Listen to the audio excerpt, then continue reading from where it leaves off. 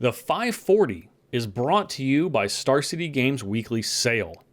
Go to starcitygames.com/sale now through Monday, March 29th at 10:59 a.m. to save 15% on every non-English Magic single on the entire website. Thousands are on sale right now, so make sure you take advantage of this limited time offer while the deal lasts. 15% off all non-English Magic singles over at starcitygames.com/sale. And while you're there, make sure to bookmark that page so you don't have to wait every single week for me to tell you what the new sale is. You can know 11 a.m. Monday morning every single week, starcitygames.com/sale. We'll see you there. The 540 is also brought to you by Coalesce Apparel and Design.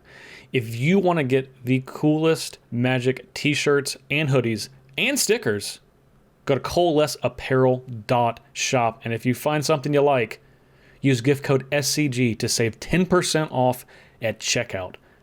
That's coalesceapparel.shop. Nobody made what they wanted, so they made it themselves. What's up, everybody? Cedric Phillips here, stopping by real quick to let you know about one of Star City Games' newest podcasts, The Receivables, hosted by yours truly, alongside my partner in crime, of course, Patrick Sullivan, where the two of us discuss Magic sets, both past and present, from top to bottom. On every episode of The Receivables, you're going to hear us talk about the facts of a set, the mechanics of a set, the cycles of a set, the boring stuff, before we get into some crazy stories of when we were playing Magic during the times that the set was legal. We've got a ridiculous award show where we give out awards like the Char Rumbler Award for weirdest card in a set, the Oko Thief of Crowns Award for best card in the set, and a whole bunch more. Before we finally decide, hey, what card won the set and what letter grade should we give the set? It's a whole lot of fun. We're having a blast recording them. Hopefully you have the opportunity to listen to it and you enjoy it as much as we're enjoying recording them. Where can you find it? StarCityGames.com or wherever else you listen to your podcast. The Receivables every single week here at SCG.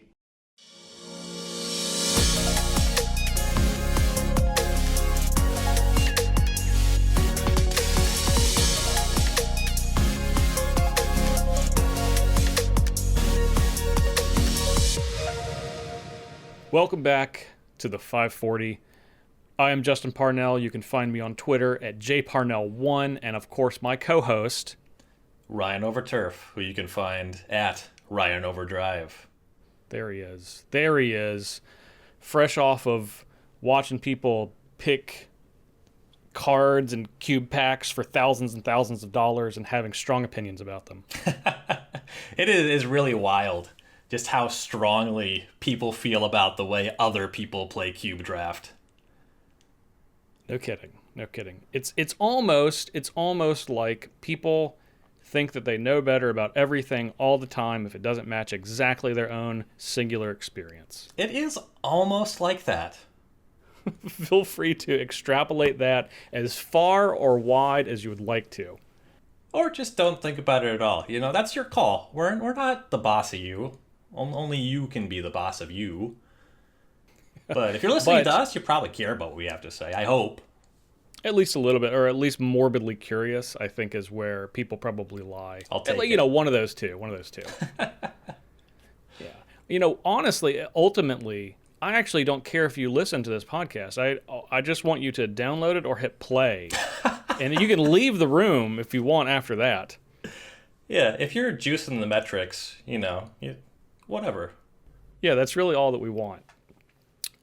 So, today we have a discussion about aesthetics in Cube. And this is a very wide-ranging topic. It is. And it's something that some people think about a lot, and something that others maybe think about subconsciously, or at least pretend they don't think about it at all. Yeah. That's a good way to phrase that. I think it would be very difficult for people to completely ignore this because almost by nature of a cube, you are making some aesthetic choices. Yeah. Right? Yeah, I mean, aesthetics are really just kind of a part of everything. There's things that you like and things that you don't like. And I know that a lot of us like to believe that we're Dr. Spock and the things we like are good and the things that we don't like must be worse than the things that we like. But if you're not willing to admit that some of the stuff you like is garbage, then there's not a lot that we're going to agree on. Like, listen, I eat at McDonald's. I think that nobody should, but I smell those French fries and I come running. I've got to the point in my life where it's an acknowledgement. I'll be 35 this year, and it's a constant struggle of knowing what will and won't hurt me from a food standpoint. And in some days, I will trick myself into believing that I will not be hurt by having something like, I don't know, I don't really eat. I have not eaten Taco Bell in almost 2 years, but there was a time where I was like, you know what? This will be totally fine. And then sometimes it's just not fine.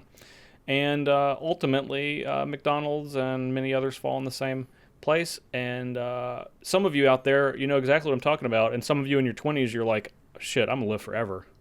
All right.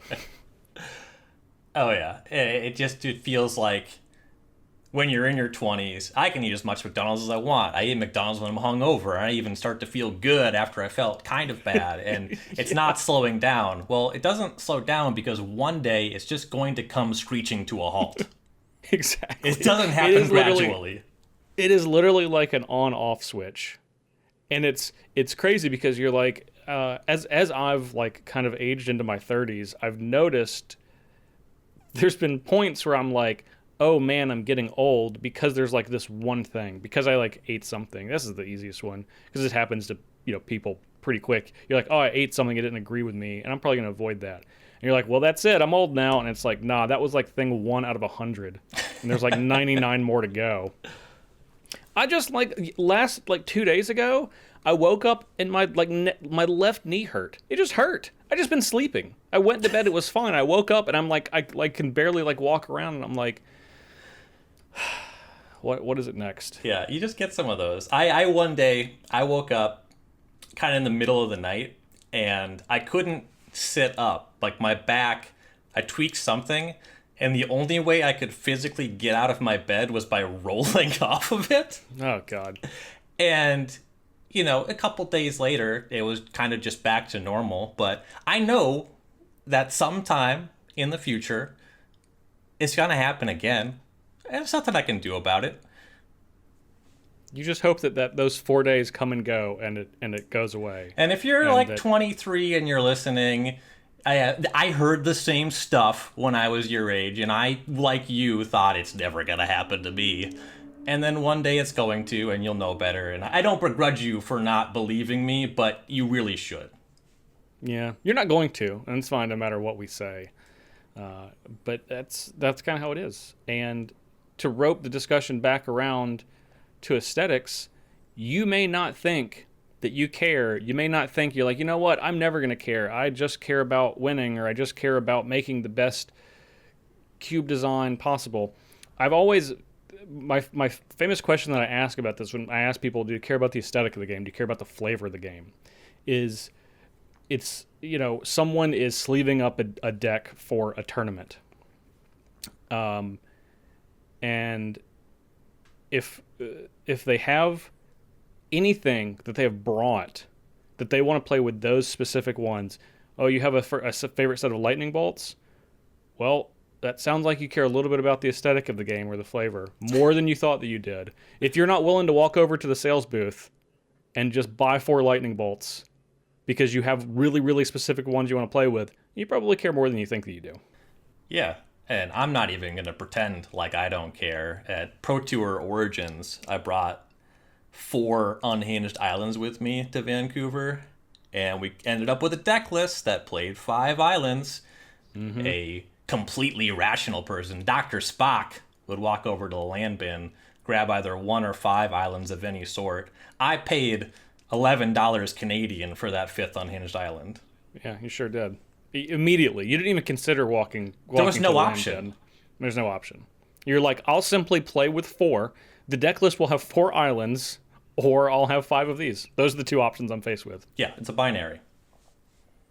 So let's talk a little bit about, I guess you probably watched this or were more, I guess, involved in this conversation online than I was about the event last weekend.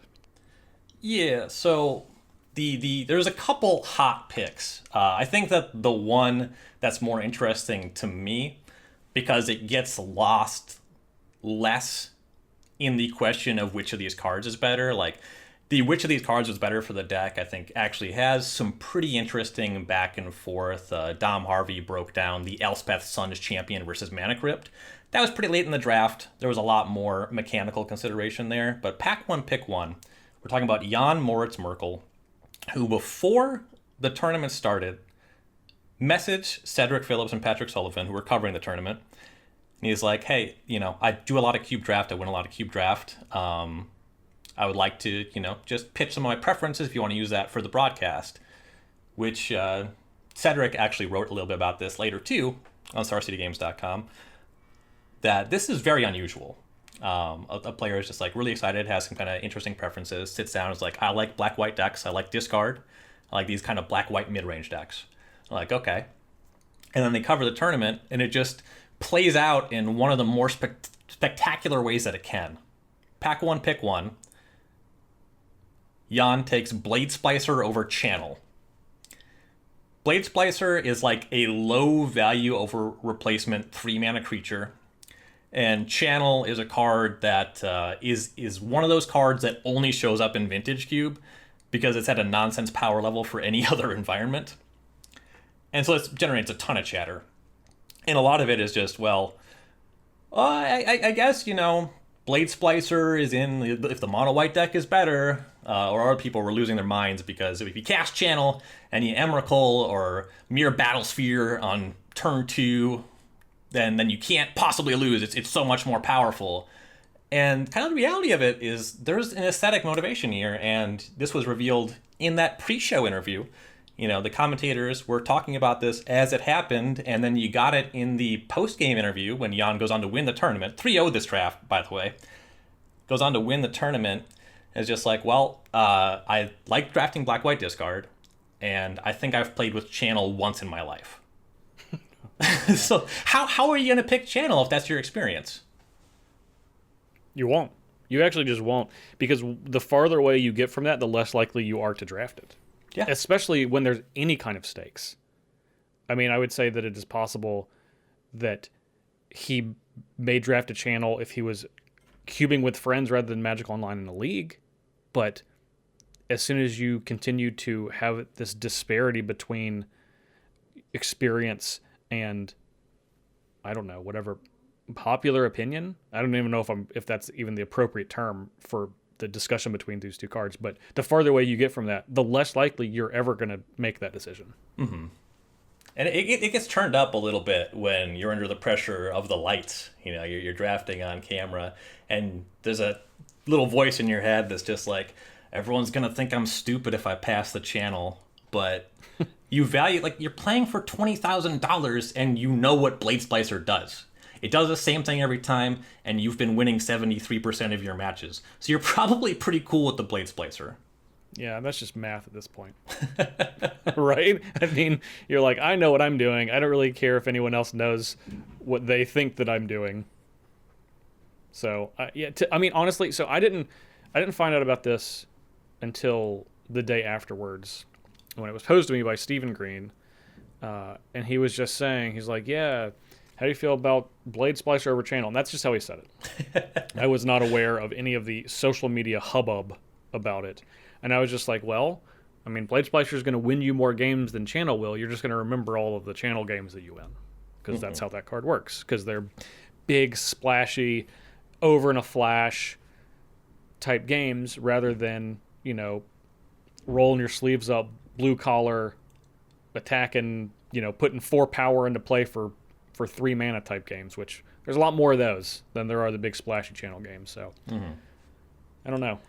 It's interesting because it's impossible to disagree that Blade Splicer is just the more consistent card, right? I'm not really sure how people could could take that comparison out of the angle of this discussion. But well, if you want to try to boil the conversation down to just the technical aspect and talk about raw power level, you can do a lot to inform your draft around a pack one pick one channel. And the raw data of drafting channel versus not drafting channel actually becomes really messy statistics, because actually pack one pick oneing it and being a very good player who really knows the channel decks, your experience is going to be different. But I think it really matters a lot more that you have a player that likes doing one thing and does that thing. If we're covering a tournament where here's an example, like sometimes at the Pro Tour the best constructed deck is a beatdown deck. And sometimes you see people talk about players who are famous for their just 100% preference for control decks, no matter what.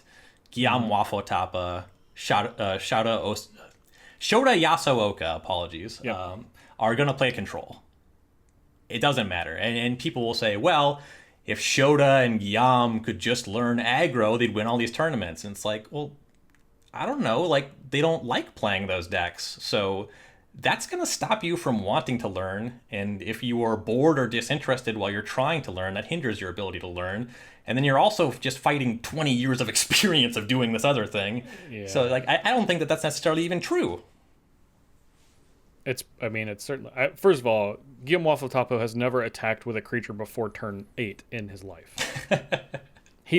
In constructed, anyway. Obviously, he's forced to in limited, but...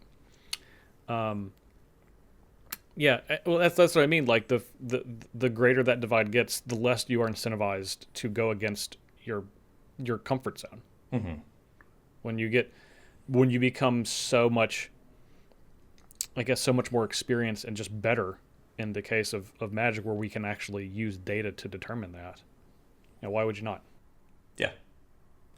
So, all right. Well, we have a lot to talk about with more on aesthetics as we go along, but before we get too deep into this, we do have to pay the bill, so we're going to take a quick break and be right back. Have some extra cards laying around that you want to get rid of? Go to starcitygames.com/sell. It has never been easier to turn your cards into cash, or if you're looking to outfit your cube or commander deck with some new favorites, get a 30% trade-in bonus when you choose store credit. No matter what your collection looks like, we have a method for you. Want to see exactly what every card you have is worth? Check out our buy list. Don't have time for that? Stick it on a box. Send it to us, and we'll make you an offer with our ship and sell program. Or if you want a more personal touch, make your way to the Star City Game Center in Roanoke, Virginia to sit down with a buyer just like the old days. With the fastest turnaround time in the industry, get an offer in under 4 days when you go to starcitygames.com/sell. Selling has never been easier. All right, Ryan, so let's dive in. Are aesthetics important to a cube? Baseline question. Yeah, I think absolutely they are. I wrote an article sometime last year. It was one of the first just kind of general cube design articles I wrote over on SCG. And the title is So You Want to Make a Cube. Kind of the first bullet point I hit is when you start making a cube, you want to have a vision. And I broke that down into 2 categories. You want a technical vision, what you want the games to look like, power level, etc. And then an aesthetic vision, which is card choices that are external to the actual play patterns. There's just something that you like that's going to influence your design and that's going to have cascading effects. So it's pretty important to actually understand that about yourself and your design as well. Oh, for sure. Now, we were talking a little bit before we started recording, and I was saying I think that there are some people, and there could be a greater degree of people than I'm anticipating, that actually care more about the look and the feel of the cube and opening that pack and holding 15 cards in your hand than anything about the technical design standpoint when you get into the game. Yeah, I think that that's absolutely true. And that's actually one of the things that really piqued my interest regarding cube draft as opposed to other ways to play Magic when it was first becoming popular, is you got to open a booster pack, to play a draft, but all of the cards were good. Yeah. That just blew my mind. I thought that was awesome. And now there's a ton of different ways to cube, different ways you can approach your list. Back then, it was just like, this is cube, all the cards are good. Exactly. I actually remember my very first cube experience, and it was the time that when I was hooked, which was very early on, was literally when I opened that first cube pack and saw 15 cards that were, a lot of which were some of the best cards in Magic. And I was just holding all of these in my hands at the same time. And I just remember thinking, like, this is the coolest thing I've ever done in Magic, like in my entire life. And ultimately, like that, that's when like aesthetics kind of combine with technical design. At least they did then, because like you were saying, I remember early days in Cube 2, you were just, the question wasn't how do you want to do a cube, it was how big is your cube, because at some point you have to start making concessions over, these cards are not as good, but I'm putting them in the cube anyway. This is 12, 13 years ago, maybe even 10 years ago. It was like, how big is your cube, is there power or no? Yeah, exactly. Yeah, there were very few questions. There weren't, you've talked a lot on this show about, differently designed cubes. Your Tuberts, which is an entirely different, method of cubing. Your Grixis cube, and those things, even from an aesthetic perspective, were not even like considerable as options then. Yeah. Somebody asked you 10 years ago, do you want the cube? And they pulled out a 400 count box. You'd be like, a cube can't fit in that box. What are you even talking about? Yeah. Yeah, where's the rest of it? Right. Is what I would say. Yeah. So, yeah, I agree. I think that the difference of where we started versus where we are now, kind of as a community and as designing these cubes, the aesthetics have always impacted cube, literally from the very first go. And for me, I know when I was making my first cube, you want to define the vision, and ultimately you are going to define it in some way. It might not be as, finely orchestrated as you might have planned, but I knew when I built my first cube, I wanted it to be power. I wanted it to be a certain number of cards. One would say it's the name of the podcast. And I wanted it to be all of my favorite cards. And those were, and from there, then I was like, well, what else do I care about? What versions of these cards do I care about? How do I want people to feel? And how do I want to feel when I open a 15 card pack and look at it? Mm-hmm. Because for a lot of people, especially if I'm introducing people to Cube, which was very frequent then, I want to, what can I do to get people immediately invested in this as soon as they open this 15 card pack, before we even get to the playing part? Right. Yeah, there's a lot of considerations there, and some of them are what you're describing, like, this is what I like, this is what I think is cool, this is what I want to share with people. And then some restrictions, they fall on aesthetic lines, though some things just are what you are capable of doing. My first cube was a pauper cube. I couldn't afford dual lands at that time of my life. I played with a friend's cube who, he had a pauper cube that was foils. Like, he cracked a lot of standard booster boxes. He had like a pretty substantial standard collection, and he was just accruing all these foils from cracking packs. And one day he's just like, I'm just going to put all these foil commons into a cube, and we're going to play that. Seems kind of fun. And playing his cube, it was like really cool to play with a bunch of powerful commons. The foil aspect was kind of cool, but for me, I was drafting it and thinking, I could definitely afford to make my own pauper cube, even if I can't afford a very expensive, mini rares cube or whatever. And then, so I had kind of that aesthetic definition, all commons. Okay, I can definitely do this. And then his cube was like pretty loosely curated. There was some 4-mana 3/3, so I was just like, okay, so my cube's going to be commons, but it's not going to have hill giants. This is kind of what my starting point was. You're like, grizzly bear and better. Nothing worse than that. Let's get some Nessian coursers in the spread. Yeah. So I guess what do we, if we're looking at this broadly, which is, I think for this discussion, the way you can look at it, what do we consider an aesthetic? Like, what are the different ways that you can kind of angle that when you're talking about putting a cube together? I think that the most practical way to think about it, we can have really wordy and involved discussions about what qualifies or not, but I think that the easiest working definition is aesthetics can be simple yes or no questions. Is a card allowed in if it features this? Mm-hmm. So Pauper Cube, is it a common? Yes, it's a consideration. Is it a common? No, it's not a consideration. Grixis Cube, can you cast it with only blue, black, and red mana? That's the question. So there's your aesthetic there, and you have these questions, and they'll kind of naturally drive the gameplay in a certain direction, but that's not what they're trying to necessarily select for or sniff out. Yeah, and that's certainly it definitely can be the case. I think that oftentimes you might start with those things in mind, saying, okay, this is a commons only, and you're really just starting with that baseline. And then as you get more comfortable and as you understand kind of your own cube with the aesthetic choices that you've set out, then you probably start to spend more time on the design portion. Mm-hmm.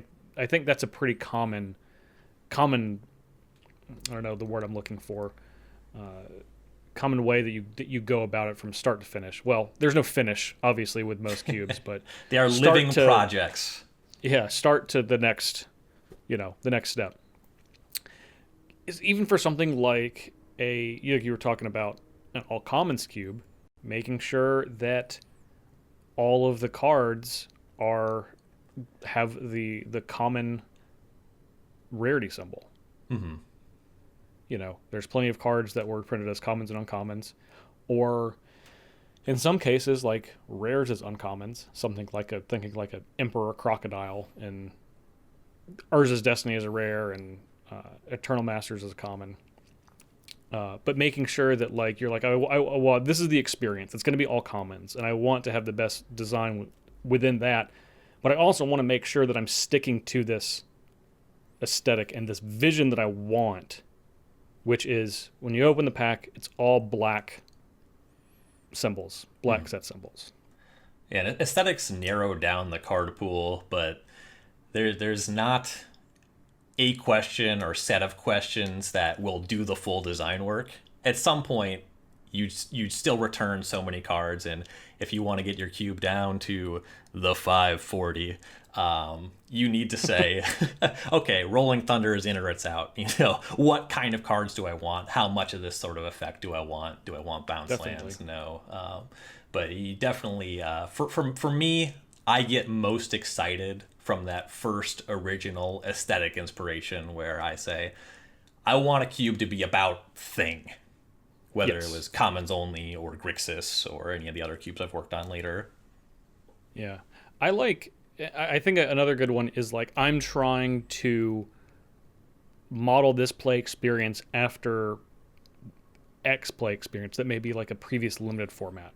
Mm-hmm. And I feel like that's an aesthetic too. It's like, well, I want you to feel like you're playing, I guess, appropriately. One that I always think of because to me, it's like the most cube environment is like Time Spiral block limited. I want you to feel like, maybe because I have a 720 card cube, I want you to feel like you're drafting Time Spiral block limited. And I think that's an aesthetic that you can use both from what you're adding and from a technical design standpoint.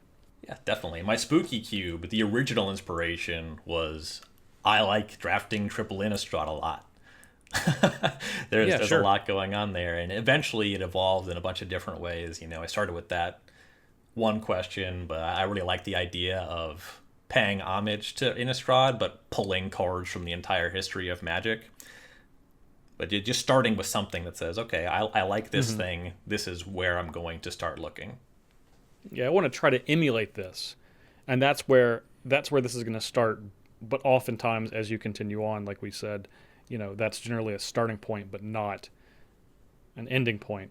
Not just because there's no ending point, but just where you ultimately end up. And But I think it's always great. Some cubes do have that ending point, and that's totally fine too. For example, some people say, okay, I like Innistrad block, and they do the thing where they just use literally cards from that set, maybe cut some, do multiples, maybe give it kind of like the remastered treatment for your own cube. Mm-hmm. And that's totally fine too. You know, that's more aesthetically driven, and we'll get into some of that too. How much do you want aesthetics to influence your design and that sort of thing? Yeah, and how hard-lined are you going to be about that? Because there's a lot of instances. Let's see. So an example would be, so you have an Innistrad designed cube. So you're using cards from Innistrad, Dark Ascension, Avacyn Restored, Shadows over Innistrad, Eldritch Moon. But do you use cards that are clearly like Innistrad inspired cards that might be appeared in Magic Origins or a supplemental product like a Commander product or something like that? Because that's like focusing on more of the remastered size. Well, it's not quite the same thing, but they're fitting into what you're wanting. And how are you able to bend kind of what your vision is to fit those in? Or maybe you don't feel like you're bending your vision at all. Maybe you're like, well, of course those are included, despite them not appearing in those sets. They still fit in with the mechanics and the archetypes that I'm trying to push. Mm-hmm. And some people will go one way or the other. Personally, I like to say yes more than I like to say no. Mm-hmm. I like expanding what is possible, and I have some friends that do it in a different way. But that's part of what makes cube really cool and cube design really cool. Is your cube's not going to look like mine, and it's preferable that they don't look the same. Yeah, definitely. Yeah, because I think if you're taking a sampling of cubes, I've drafted a lot. I don't know, like 50, maybe probably more than that, different cubes, and I want to have a varied play experience. And I know this is when I say this, I sound very snooty because it's not. If you're listening to this podcast, you might have drafted 1 or 2 cubes, and you're like, how could I possibly be able to have an opportunity to draft that many? Well, one, you kind of, you make your own cube, so you do what you want, as far as the play experience that you're trying to find. 2, Magic Online, a lot of the weak cubes.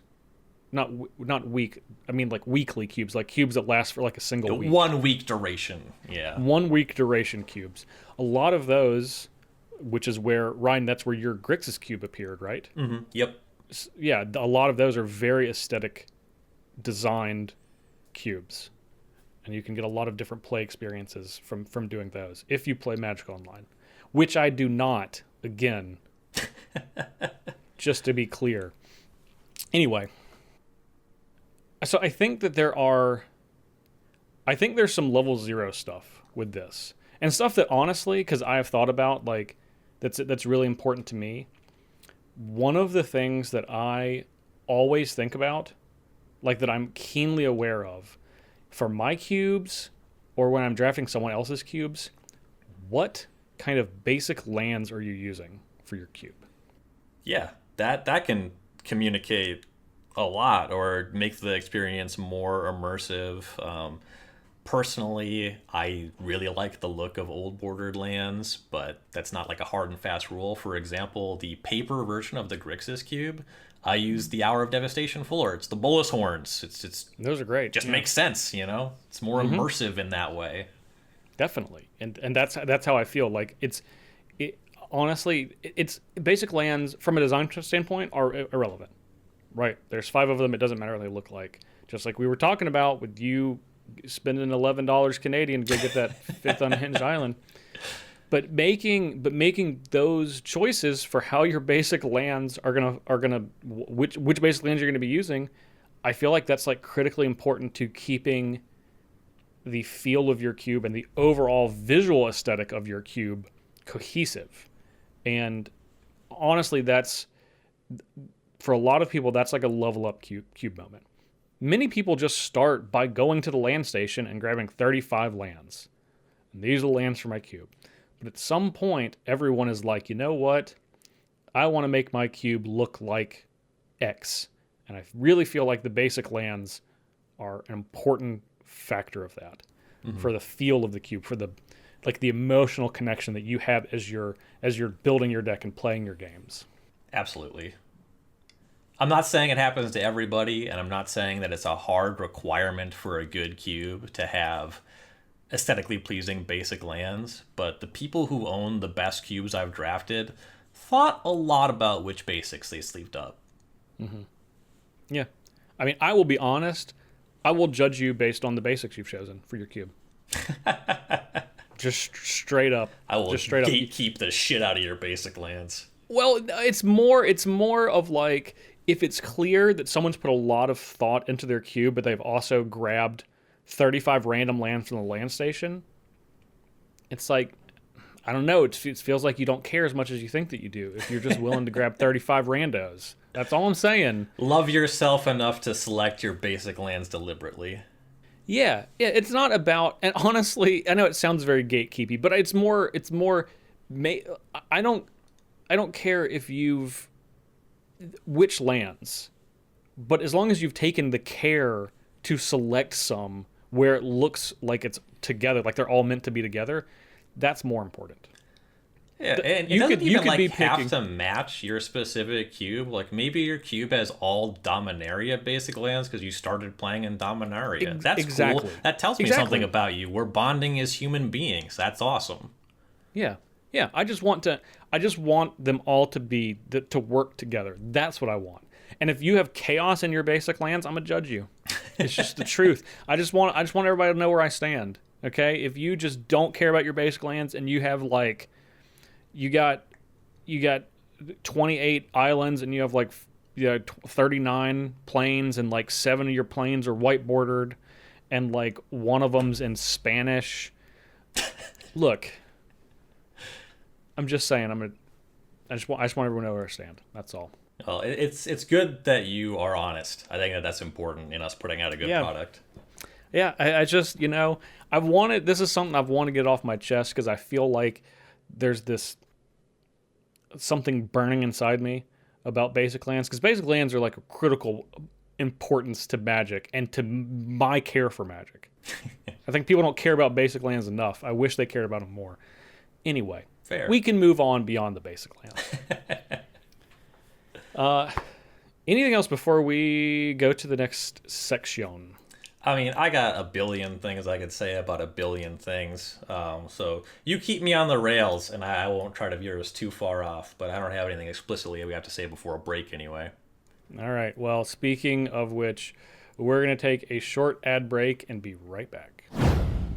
What's up, gamers? Taking a quick break from the pod here to let you know about the upcoming Magic set, Strixhaven School of Mages. Strixhaven is the most elite university in the multiverse. That means more elite than Tolarian Academy. That means more elite than Wizard School from Homelands. It's got them all beat. It features 5 colleges which battle it out with their own takes on Magic. And from what we know about the set, that means we're going to see heavy representation of all 5 enemy color pairs. And for my money, that means blue-red cards. Obviously, it means wizards. There's more than enough to sell me already just there. And you can pre-order your Strixhaven Steel products now. Go to starcitygames.com/previews to do so. Strixhaven School of Mages. Magic goes to college. All right, Ryan, so I want to talk more about when aesthetic choices influence your design decisions for a cube. I mean, they literally always do, and you can't escape it, and it might be louder or more muted in certain examples, but I'll just say this because I think this illuminates what I'm describing pretty well. We were talking previously about Jan Moritz Merkel having a predilection to drafting Orzhov in the Vintage Cube. And that sort of thing is going to show up in your design, whether you're trying to make it happen or not. Every time I come up with my first draft of a cube, blue and red are the best colors because I like them the most. And I feel like I'm making concessions when I scale down blue and red, and when I'm messing with green and white, it's like, well, all the cards are fucking horrible anyway. It doesn't really matter what the green and white cards are. And I have to really fight myself to like make green and white good and water down blue and red. So I have a question before and this is going to tangent us, but here we are. Have you ever made a cube where you have looked at your green and white multicolor section and you're like, there it is? Like ever in your life? Because I have not. Literally. Yes, with specifically the 2-player cube. I thought you were going to say, yes, specifically with Grixis the cube also knocked it out of the park. Grixis cube's Great. green and white section is immaculate. Okay, continue on. But green and white were comparatively easy to execute well on the 2-player cube, and some of that is because the 2-player cube is a type of Magic I don't generally enjoy. I specifically wanted that cube to be as mid-range as possible, just to make sure that the numbers worked. Because, like, mid-range gameplay is pretty easy to design. It's like, oh, here's a card, you cast it and it's good on the battlefield. Oh, I'll do one of those too. It's, like, not that complicated, not that interesting to me. Everyone does how many lands do I have? Do I have a card that matches that mana cost? I'll play that one. Yeah, and I also, because of the small size, the mana curve was pretty heavily managed. Like, every color gets 1 6-drop. It's like, oh, this card costs 6. It's probably pretty good. I don't know why this is so funny to me. It's just I feel the same. Black is my favorite color in Magic, but my least favorite color is white. My second least favorite color is green. And my least favorite color pair is white-green by such an outrageous margin.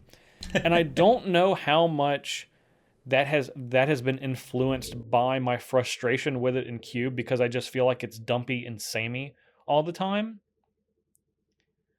But it is difficult. It is difficult to like gear myself up to really put legitimate effort into making those two things work as well as I want them to, because it's like, well, what's the difference? Like if I spend a lot of time on this or a little bit of time on this, like how different is it really going to be? Some of it is just my personal preference, but some of it is the way blue and red cards are designed relative to green and white cards. I have a pretty good example of this from trying to balance my Pauper cube. So if you push the power envelope on Pauper, there are blue, black, and red cards that are just absurd. You know, you have Rolling Thunder, Fireball, Treasure Cruise, Capsize, Pestilence, all this kind of stuff. There's a lot of high power level stuff in terms of like bounce lands. And then green gets Sprout Swarm. Sure does. And white gets Threepin Inspector. You know, it's like not that much going on in those colors. And in order to try to bring them up to the level of the other colors, if you want to include all the most powerful cards, something I tried was just like, all right, I don't like the way that this plays, but I just want to see how the games feel. And I put a heavy hexproof theme into green and white. And then the problem was just completely reversed. It's like, okay, no one can beat the green and white decks, and none of the games are interesting at all. Yeah, so you gave the hexproof to the green and white cards, and then the removal colors, which are blue and black and red, they're just having a ball with that. Yeah, Capsize is pretty weak when I have to bounce Ethereal Armor every turn, but it's still not fun. Woof. Well, I mean, good news is you don't have to do it many turns. Yeah, you get to do it about once for 3 mana, and then the game is over. Yeah. Oh, man.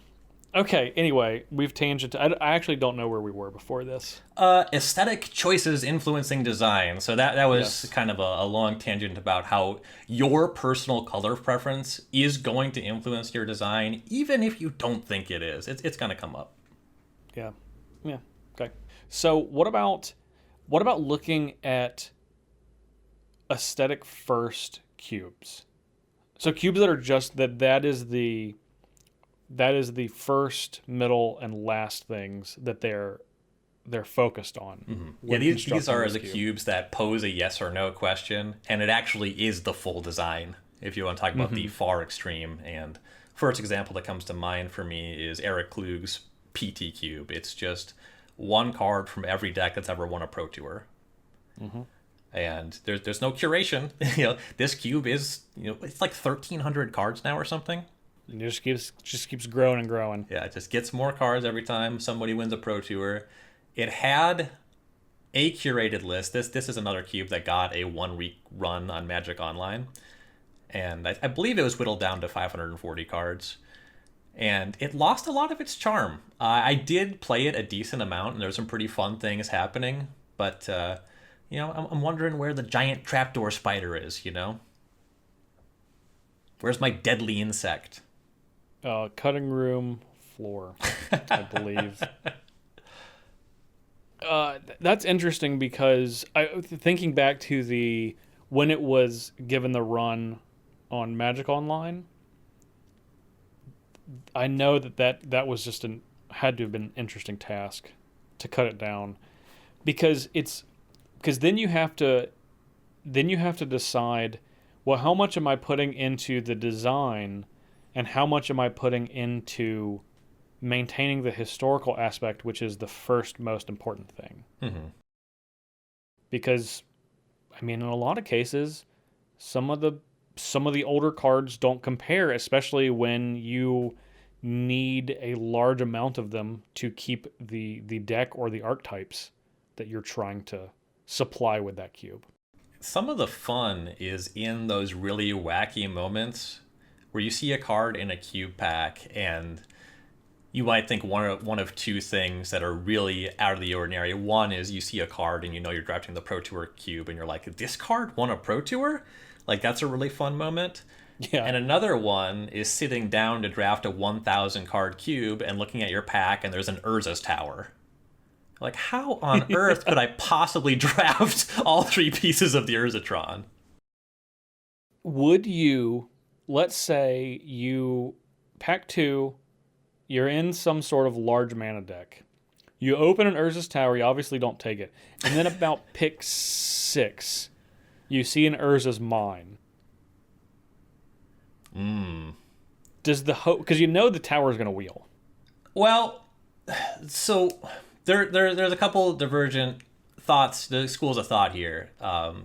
Because it's this is me just really learning about you as a human being. So there's some overlap at this point between the people who have seen the mine and have seen the tower by the time the mine gets to you. Mm-hmm. Yeah. So that somebody else is having this thought.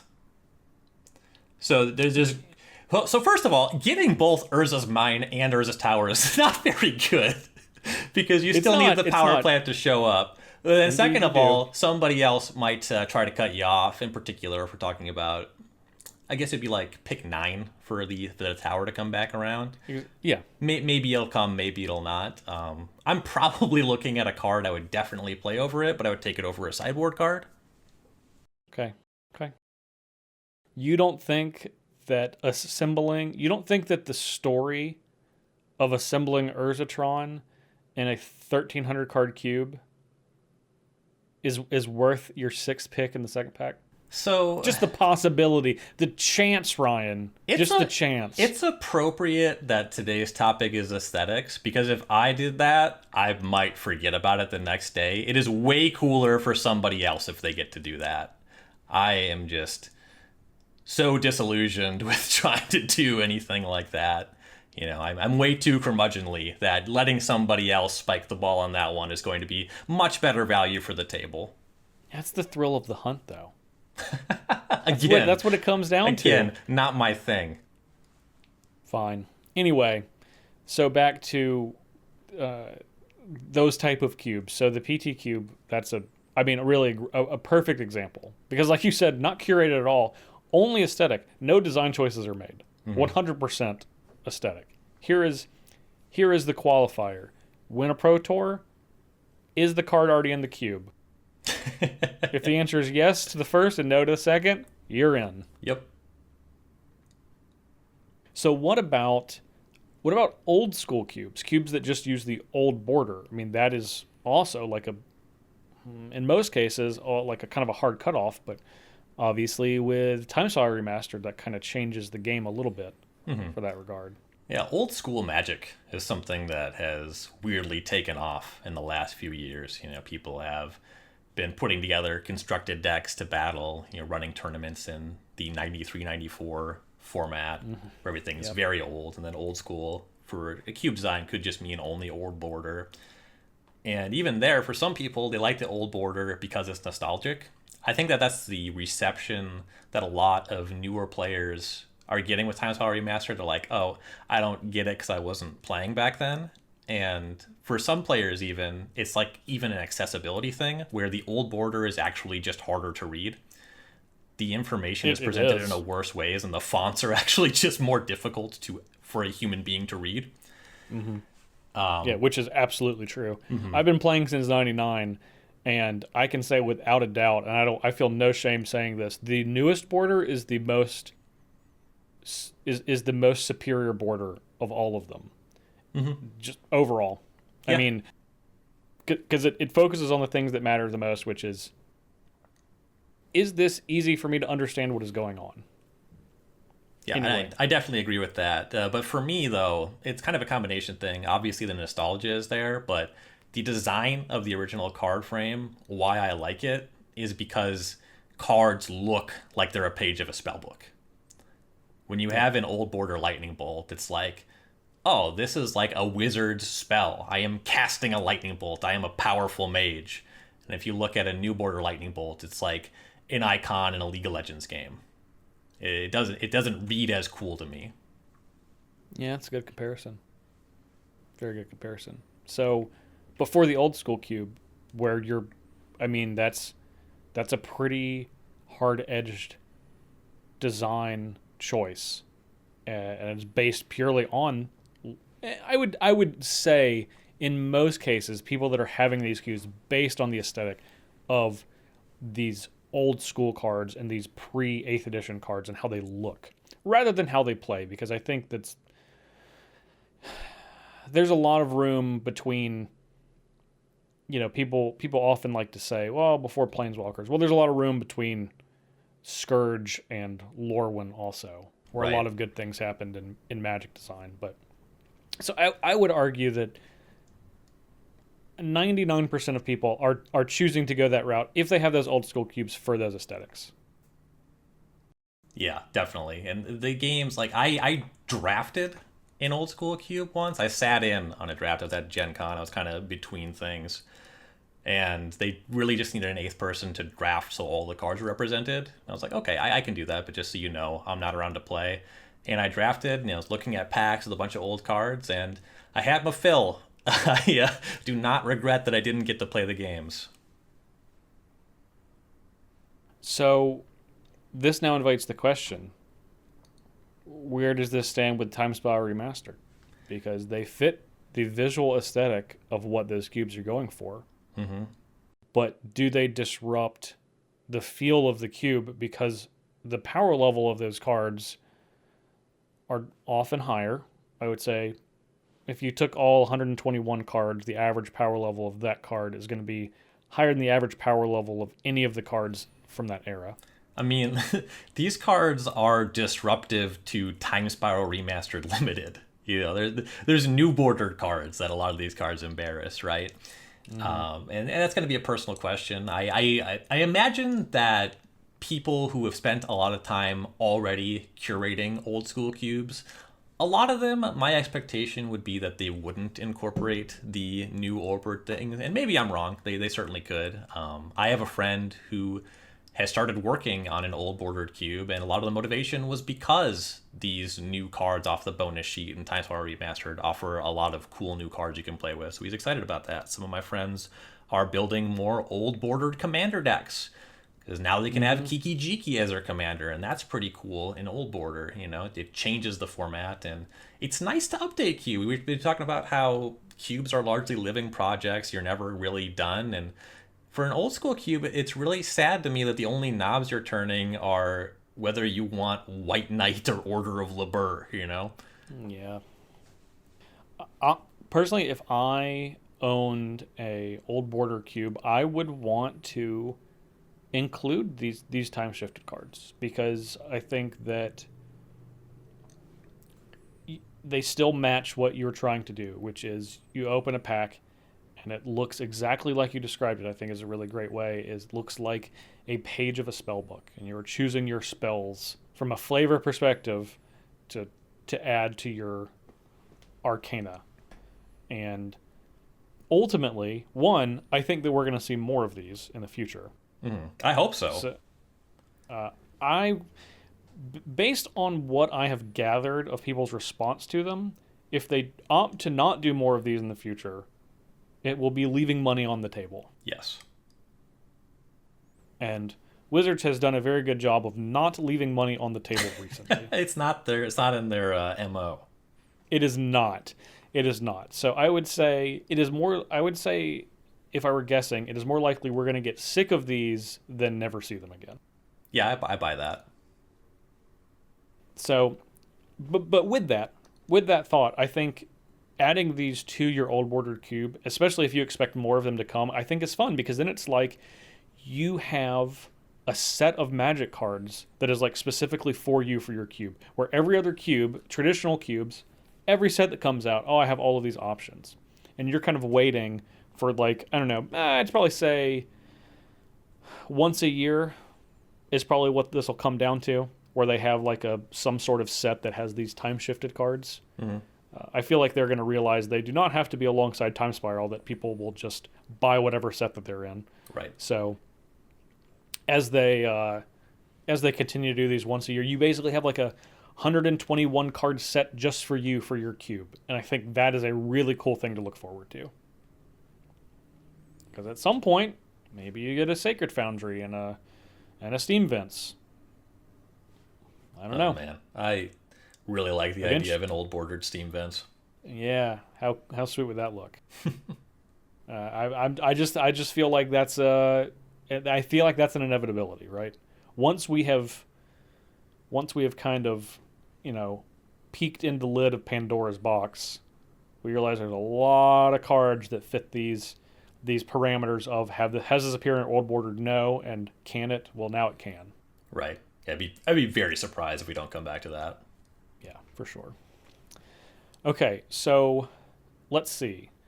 So what about aesthetically based cubes that do focus on the mechanics first rather than purely visual aesthetic design choices? I think that Vintage Cube is actually more of an aesthetic design than it might seem at first blush. A lot of it is just, the Vintage Cube's always going to have Reanimator, because Reanimator is the classically Vintage Cube powerful deck. And I don't know, for a while we got better reanimation targets. We may have hit the ceiling on that. I don't think anyone's really needing them to top Gristlebrand, but the Reanimate and Tomb Gristlebrand stuff, that's always going to be there. Black Lotus, obviously, Wheel of Fortune effects, that is very much Vintage Cube. And obviously these cards are powerful, but they're more welcome in the format than some of the other stuff. And the other stuff can be fun. I think that Vintage Cube games are watered down a little bit by Oko Thief of Crowns, but it's Vintage Cube, so whatever. It can play along. And Omnath, Locus of Creation, doesn't really look at home at first blush, but that's also kind of a fun card to play with once everything's super powerful. Mm-hmm. Yeah, I think I like what you said about Reanimator. I think those are things that are expected. So when you say Vintage Cube, you have this idea of what you were expecting. Mm-hmm. And those archetypes and type of cards go into that, which I think is really important. I think that solidifies its identity. Yeah, absolutely. Especially for Magic Online, where the majority of people are playing it. I know a lot of people have replicated the Magic Online Vintage Cube in their, in a personal paper sense, but ultimately, when you say that, you think of the MTGO Vintage Cube, and I think those things are really important to the identity of a cube. And then invariably, even if some of your motivation is aesthetic, there's going to be follow-up aesthetic questions that you'll have to answer. And sometimes it won't even be like you chose to answer the question or realize that you were being asked a question. But a good example of this is in my Grixis cube. I've always had Manamorphose in the cube. Mm-hmm. And some people did not like that. It ruffled some feathers that this quote-unquote Gruul card was in the Grixis cube. Like, what's going on with this? First of all, Manamorphose is red, okay? Do not try to tell me that any green deck wants to play that card, okay? I won a team open with Teamer Phoenix, and every time I cast Manamorphose off of Breeding Pool, I felt like I should have been banned from the DCI. That felt like cheating. If you're putting Manamorphose in like the Gruul section of your cube, you probably are just weakening the green-red X decks. Do you think anyone's ever cast Manamorphose with a forest? I'm sure it's happened, but that has to be just completely dwarfed by the number of Manamorphoses cast off of Mountain. Yeah. Okay. But anyway, the whole premise is like, this card is good with Storm, which is an archetype that I'm really trying to push. And it fits pretty well into the red column, especially when you're talking about a high power format. You know, that this serves a pretty important technical role, because at some point the red cards really drop off for high power environments. You nail home the beatdown deck, you have sneak attack, you have Wheel of Fortune, and then you kind of get into some dumpy, not as good cards. Yeah, then you're looking at different like alternative archetypes like red artifact decks, or I don't even have another example, which I think proves your point. Tokens are a thing, but that's really tokens. just an archetype that largely overlaps with the beatdown deck. Yeah. So I think there are some base level aesthetic things going on for cubes that people can choose, and I don't want to finish this podcast without mentioning this. Even something like, from a visual standpoint, choosing to have all foil cards can be an aesthetic choice, because one, not all cards are available in foil. Mm-hmm. So you are limiting yourself for that, and that is kind of a vision. So you could have a card that is released in, we'll say, like a supplemental product, like a commander product. That's not a booster pack, so not everything's available in foil. And if a card does not come in a foil, then you do not have access with it, with access to it with your cube. And those are aesthetic choices that I've seen frequently. The foils, I think, is probably the most common one. Mm-hmm. Yeah, foil is most common. It doesn't really limit your range that much. Yeah. Promo only is very cool. I know some people that have done that in the past. And you also get to make some kind of funny inside jokes. This is really dated. I don't know how many newer players would be in on this joke, so I'll explain it after I tell it. But your promo only cube gets to put in Blue Green Madness and Jund. Because those were decks that, back when there were weekly FNM promos and a number of occasional promos, they just got almost every card in both Bloodbraid Elf, Jund, and Blue Green Madness just had a promo in some capacity. Yeah, for sure. And it went on for years after the decks were in vogue in any format. Oh, years and years. I remember Call of the Herd was like a GP promo. Mm-hmm. Like, that card had not been playable like 5 years prior to that being a GP promo. Yeah. Yes, but that is exactly right. And honestly, I've enjoyed drafting those cubes, because because I've drafted a couple of those too. When I open the pack, it is an overwhelming sense of like, I wouldn't have imagined this felt cool, but it looks cool and feels cool to hold all of these cards, especially now in this era when every single set you have 4,500 new options for your promos or your special printings for stuff. There's a lot of history in those packs too, right? Yeah. If you open up just a booster pack and it's all set releases, you either have heard of Tempest or you haven't. You hear once. Okay, so the set Tempest came out in 1997. Mm-hmm. These are the things I know about Tempest.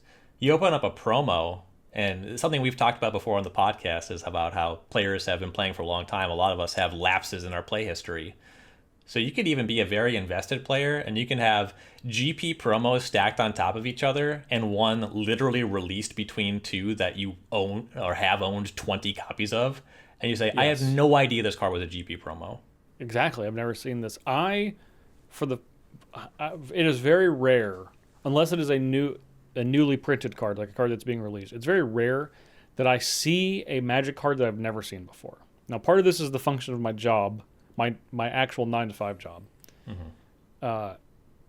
But I saw a promo, which is a Japanese foil treasure token.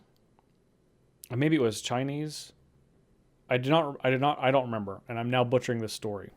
Anyway, and it's just like $100 promo, and I'd never seen this before. And it is really awesome to open a pack and see a card that you are keenly aware of, that in a version that you've never experienced before. Yeah. And there's just so many of those now. And right now, you don't even have to take a break. You could just like not play Magic for 2 months, and then you're like, where did all these cards come from? Right. Oh, these are the Mystic Arcana cards that came out in Strixhaven, which will be coming out soon. So, for example, if you're not playing, if you decide to take a break between, March 25th and June 1st, you might miss out on all of these Mystic Arcana cards, and you're going to open it up, and you're like, what is this? I've never seen this before. And people are like, well, of course, this is all of these new promos that just came out in this set. Which, one, I think are very cool, and I might be of the opinion that the Japanese Demonic Tutor and the Mystic Arcana is the coolest Magic card I've ever seen in my life. It is so cool, dude. I can't even deal with it. I have a heavy bias towards English-only cards in my cube, just Me so too. people that don't play that often can read the card, get caught up to speed. Even a card as simple as Demonic Tutor, you might, lose sight of something. But Jesus, that card looks so good. Yeah, I'm the same way. And in my cubes and commander decks, I only choose English because I'm obviously play with English speakers primarily, and I don't want there to ever be any confusion over what's going on, or I need to read a card.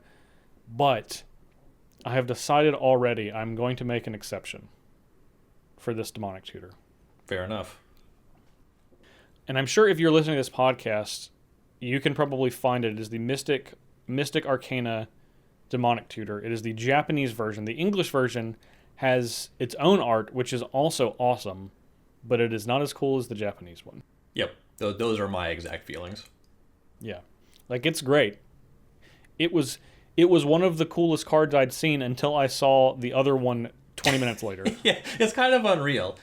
Yeah, the English reveal is like, oh, these are pretty cool. And then they showed the Japanese versions, and it was like, that is so much better.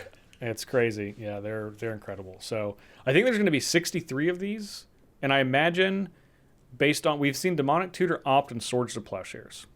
Mm-hmm. And based on that, I would imagine there's going to be a very, very high clip of cubable cards that are going to appear in these, and that will probably make their way into many a cube. Definitely. So I think this is a good stopping point before we head to the outro. Ryan, do you have anything else to add on any of our aesthetic discussion? Yeah, I think that we can save it for the outro. We got a lot of tangents and being pulled this way or that way, but really that's what aesthetics is. It would kind of be inappropriate if our aesthetics podcast was razor focused on what it is. Yes, it would be very difficult to do. I don't have it in me. I would have to rely on you entirely. So. Well, it would be betraying my personal aesthetic too. That's true. So then we are in a pickle no matter what. All right, we're going to take a quick ad break and be back in just a moment. Listen up, gamers. Taking a break from the pod to let you know how you can qualify for the Strixhaven Championship. That's right, the SCG Tour Online is back, and we're giving away cash prizes, tens of thousands of MTG Arena gems, MTG Arena Weekend Qualifier invitations, and Strixhaven Championship invitations. Go to scgtouronline.starcitygames.com for event information. The road to the Strixhaven Championship begins here with the SCG Tour Online. All right, Ryan, so to clean up and put our wide-spanning discussion into a very also wide-spanning box, but we'll put a bow on it, at least. What does this mean? What would this mean for you and your cube? And you in the general sense, not you in the Ryan Overturf sense. Well, I'll answer the Ryan Overturf sense first. I guess that's fine. Then I'll go broadly. Because for me, for a long time, I was the person that played the Magic cards that were good. I can actually tell you my aesthetic awakening movement. The day that Ryan Overturf, the Melvin, was born from Ryan Overturf, the Spike. It was when they previewed Army of the Damned in original Innistrad. Okay. Because previously zombie cards were like Scathe Zombies. It's like, it's a 3-mana 2/2. Oh, that card's shitty, I don't care. Right? And Army of the Damned costs 8, flashbacks for 10, I think. It's not a card that really registers in terms of constructed play. You can only occasionally play it in limited. But I read that card, I was like, okay, you make 13 2/2 zombies, and you flash it back and you make 13 more 2/2 zombies. This is literally what it would be like to live in a zombie apocalypse. It makes too many zombies for you to handle, and then when you're done, it makes too many zombies for you to handle again. And I was just like, I never understood what the word flavor meant in the context of a card game before I read this card. And the universe opened up to me on that day. Everything was changed. Everything was changed from that day. That's pretty awesome. That's good. Yeah. And so for me, aesthetics and how they pertain to design, how they influence design, how I design cubes to match specific themes, aesthetics that I want to design around, and then bring the technical design up to the point of the aesthetic design, that's everything. For you, it's maybe not as important. I hope that what you heard today, either you at least found interesting or maybe inspired you to branch out. If you're the kind of person that just copies card for card the vintage cube as they update it, that's totally cool too. However, because really cube is about community. It's about playing with your friends. Okay, there's no burden I'm going to lob at you. I'm not even going to be as harsh as Parnell. I'm cool if you play with whatever basics you found in the garbage can. Okay, do whatever makes you happy. But I think, at least for me, my personal enjoyment rose exponentially where I started critically asking, okay, well, what does make me happy? I think that's actually exactly what I was going to say. I really hope that this discussion, if you have not thought about this before, it's not that we're, this is not like a forced thing, but maybe this is something that now you are thinking about that you were not thinking about before. And hopefully it leads to a place where you find more happiness in your cube and how you are constructing it. And this could be as baseline as the basic lands that we've talked about, even something like your sleeves, which sounds weird, but if you want it to match the aesthetic of your cube, is that something that's important? Do you want to have cards that fit a certain feel, whether that be for their look or their function? And these are things that it's just it's the next level of cubing. And it's doesn't have to be design. Sometimes it leads to that, but it doesn't necessarily have to. So hopefully this discussion has encouraged you to think about that on a wider plane than you previously were. All right, Ryan, that's the end of the 540. I know you're subscribed because I would hope that you are subscribed to this podcast. I know you are, because I'll be disappointed if you're not. Remember, you can subscribe and just hit that play button. You can walk away after that. That's fine. But we would love if you would subscribe to the 540 on any audio platform that you're listening to, like Apple Podcasts, Spotify, Google Podcasts, Amazon, Stitcher, YouTube, any of your local podcast application, really anywhere. And any of those that you have an opportunity to leave us a review is always incredibly, incredibly helpful. You could even leave a review and say, this is the worst podcast I've ever listened to. As long as you give it 5 stars, I'd love it. Thank you very much. And if that is your review, please just end it there. Don't tell us why. If you hate it that much, we don't care. Yeah, as long as you keep listening the next week, just keep downloading. You're like, I just hate this podcast so much, but I will listen and download every week. Every week, hit the button, leave the comment, this is the worst podcast of all time. That's cool. That's good engagement. Yeah. Yeah, this is the worst podcast of all time. 5 stars, hit the play button. Rinse, repeat every week, okay? We'll be back. We'll be back next week. Ryan, where can people find you and your stuff? You can find me at Ryan Overdrive on Twitter. I am finally, after a bit of a hiatus, returning to what seems like it's going to be weekly article production on StarCityGames.com. A couple weeks are going to be on the premium side. That's going to be the more specifically catered to digital releases stuff this week. So we record on Sunday. The podcast drops on Thursday. I believe this article came out for you on Monday, but then what it's about drops on Wednesday. This Wednesday, yesterday, I think for you, is Time Spiral Remastered Supreme Draft. And so I wrote about that. That's on Magic Online for a week. Next 2 weeks, there's going to be a couple new 1 week Magic Online cubes. So I'll be writing about those. And then we'll get into some more of this cube design style stuff. Beautiful. I love it. So you can find any updates on that at Ryan Overdrive on Twitter. Excellent. And you can find me at jparnell1 on Twitter. And I have all of my stuff. I make a ton of content too. I have another podcast called Think Twice. You can search Think Twice MTG on any audio platform, just like the one that you're listening to right now. You can find me on Commander Versus. That's on YouTube and StarCityGames.com every Wednesday. And I stream a couple of times a week, twitch.tv/jparnell, 10 p.m. Eastern Time on Saturday, 8 p.m. Eastern Time on Monday. And that is the whole show, the whole shebang, a bang. I believe that's what the kids are saying now. It's come back around. Don't fact check me. That's just what they're saying. I heard that from you literally just right now. Yeah, I'm a very reliable 540. source. Yeah. So cite that as your source. Yep. Yeah, you can always. I mean, look, anyone can edit Wikipedia now. So what's the difference? Anyway, that's the 540. Thank you all for listening. We will catch you next time.